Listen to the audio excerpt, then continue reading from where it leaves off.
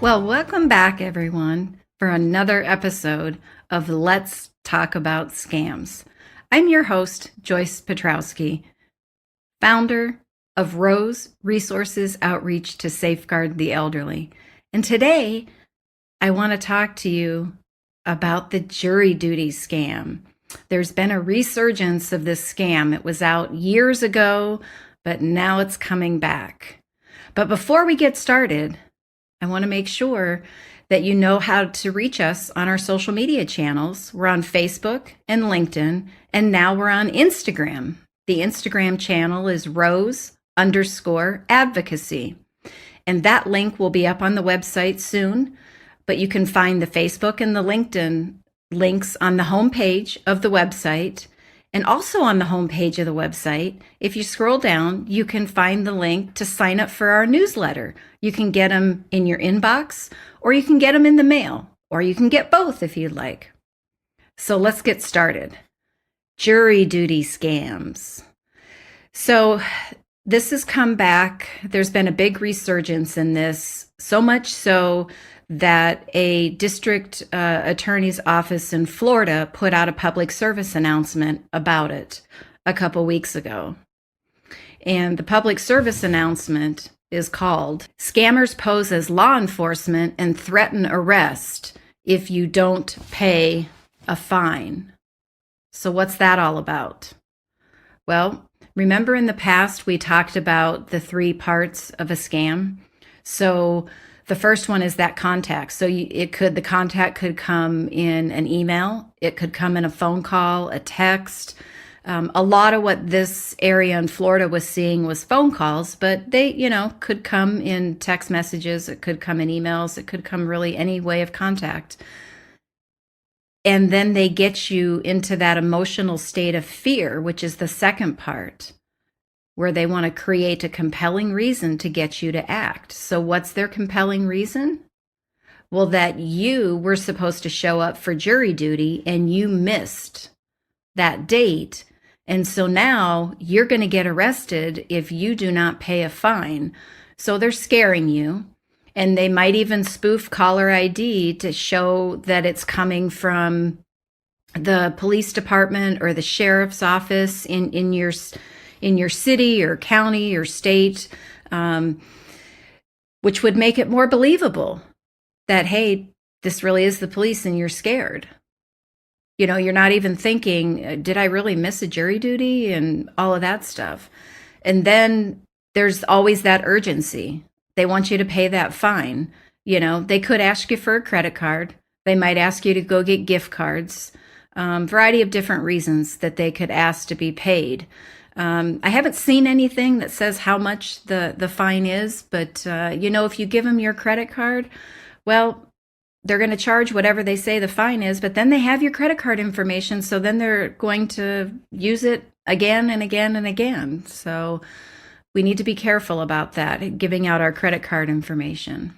So let's stop and think about this jury duty scam. So the tips that we normally tell people is to be aware of your emotions, right? And I know that's a lot easier said than done, especially when you're in that emotional state, which is why that brings us to the second one, is have that trusted person that you can go talk to about what just happened, about what they said about the jury duty scam. So that trusted person, if you're in that emotional state, your trusted person's in a rational state, or if you're just taking the time and not acting and you get out of that emotional state, you very well could then be thinking rationally, and you could be thinking, did I ever receive any jury summons telling me I had to report to jury duty? Because how do the court systems send that out? They send them out in the mail, right? And they usually, at least here in Phoenix, they tell you have to call the day before to find out if you need to show up or not. I don't know about other cities in Arizona or other states, but that's the way it has worked here in Phoenix, Arizona. Let's just say that you had a really major health issue the night before or the morning you're supposed to show up for jury duty, and you're in the hospital. Well, you can't show up for jury duty, so you've missed it. Well, the courts will know that you've missed it. And so let's think about that. If you missed it, how are they going to get in touch with you? Well, they're going to send you information in the mail telling you that you've missed your jury duty date. And sometimes they might want you to write back, fill out some paperwork as to why you missed it. Maybe they have a court date set up where you need to appear and you need to explain why you missed it, or just show up down at the court and talk to a clerk in the court's office. There could be a variety of different reasons, but the contact comes in the mail and it comes directly from the official court system, because you're given the opportunity to explain why you missed it. So this is something that if you're in that emotional state of fear that you're going to get arrested, that you're probably not thinking about. You're just thinking, oh my gosh, I got to pay this. I don't want to get arrested. And, they could even, if you hang up or say you're not going to pay it and hang up, they very well could call back and, say that they're going to be coming to your house and arrest you and blah, blah, blah, just to try to scare you again to getting you to pay it over. A way to verify is you can find the official court website where you would go when you have questions about jury duty in your district, and look there and see what it says. I'm sure it has a phone number. You can call the phone number and you can verify, was I supposed to report to jury duty? Did I miss a summons in the mail? That's your way to verify what is going on. And maybe the website might even have some information, if by chance the scammers had some sort of summons number or something like that you could put in to see if it's even a valid number.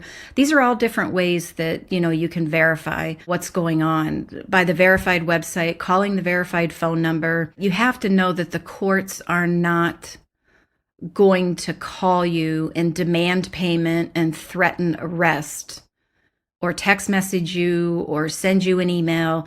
Their information is going to come in the mail because that's their record that they've communicated with you. So make sure if you get one of these phone calls, text messages, emails, however the contact comes, make sure that you talk to your trusted person. If you don't understand how the jury system works, or maybe you're in the emotional state, just run it by your trusted person. And then get on the verified website or call the verified phone number to the court system and check things out.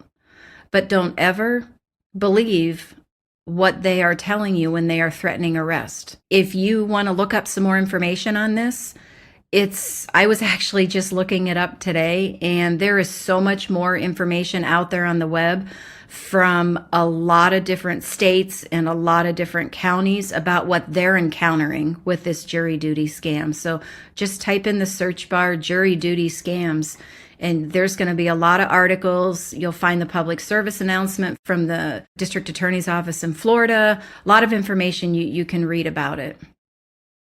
So in summary, let's remember these tips. Be aware of your emotions.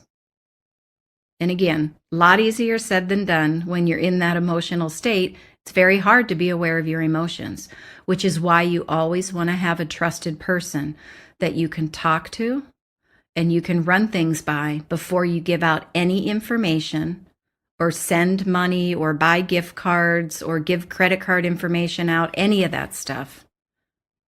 You want to talk to that trusted person, and then you want to verify. You want to verify what is going on. Verify by going to the actual legitimate website. Verify by calling the legitimate phone number. Verify what is going on before you can even begin to trust the situation. Okay? And you're going to want to talk to your friends and family about these jury duty scams.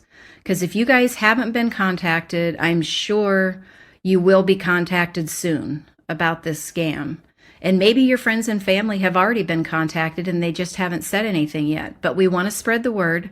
We want to get it out there because we don't want anybody falling victim to this jury duty scam. So we want to have a healthy skepticism about all unexpected contact. That helps us be less susceptible to falling for scams, having that healthy skepticism.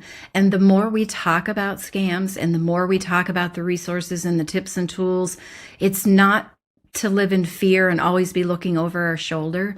It's because we want to make scam protection a habit. And if you have regular conversations about it with your friends and family, then it is top of mind. So when you do get that unexpected contact, in your mind, you might go, oh, scam.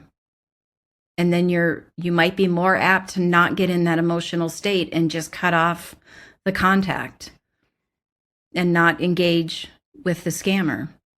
So remember, you're going to want to talk to your friends and family, keep this conversation going. And don't forget, you're going to want to subscribe to the Let's Talk About Scams podcast. We have bi-weekly episodes. You can find the podcast on your favorite podcast channel, but if you're on our website at roseadvocacy.org, we have a podcast link under resources, and the Apple and Spotify links are right there to get all the podcast episodes. And also, don't forget the social media links at the top of the homepage, and then signing up for the newsletter. You can get it in your email inbox or in the mail, or you can get both. So thank you for joining me today, and let's all be scam resistant.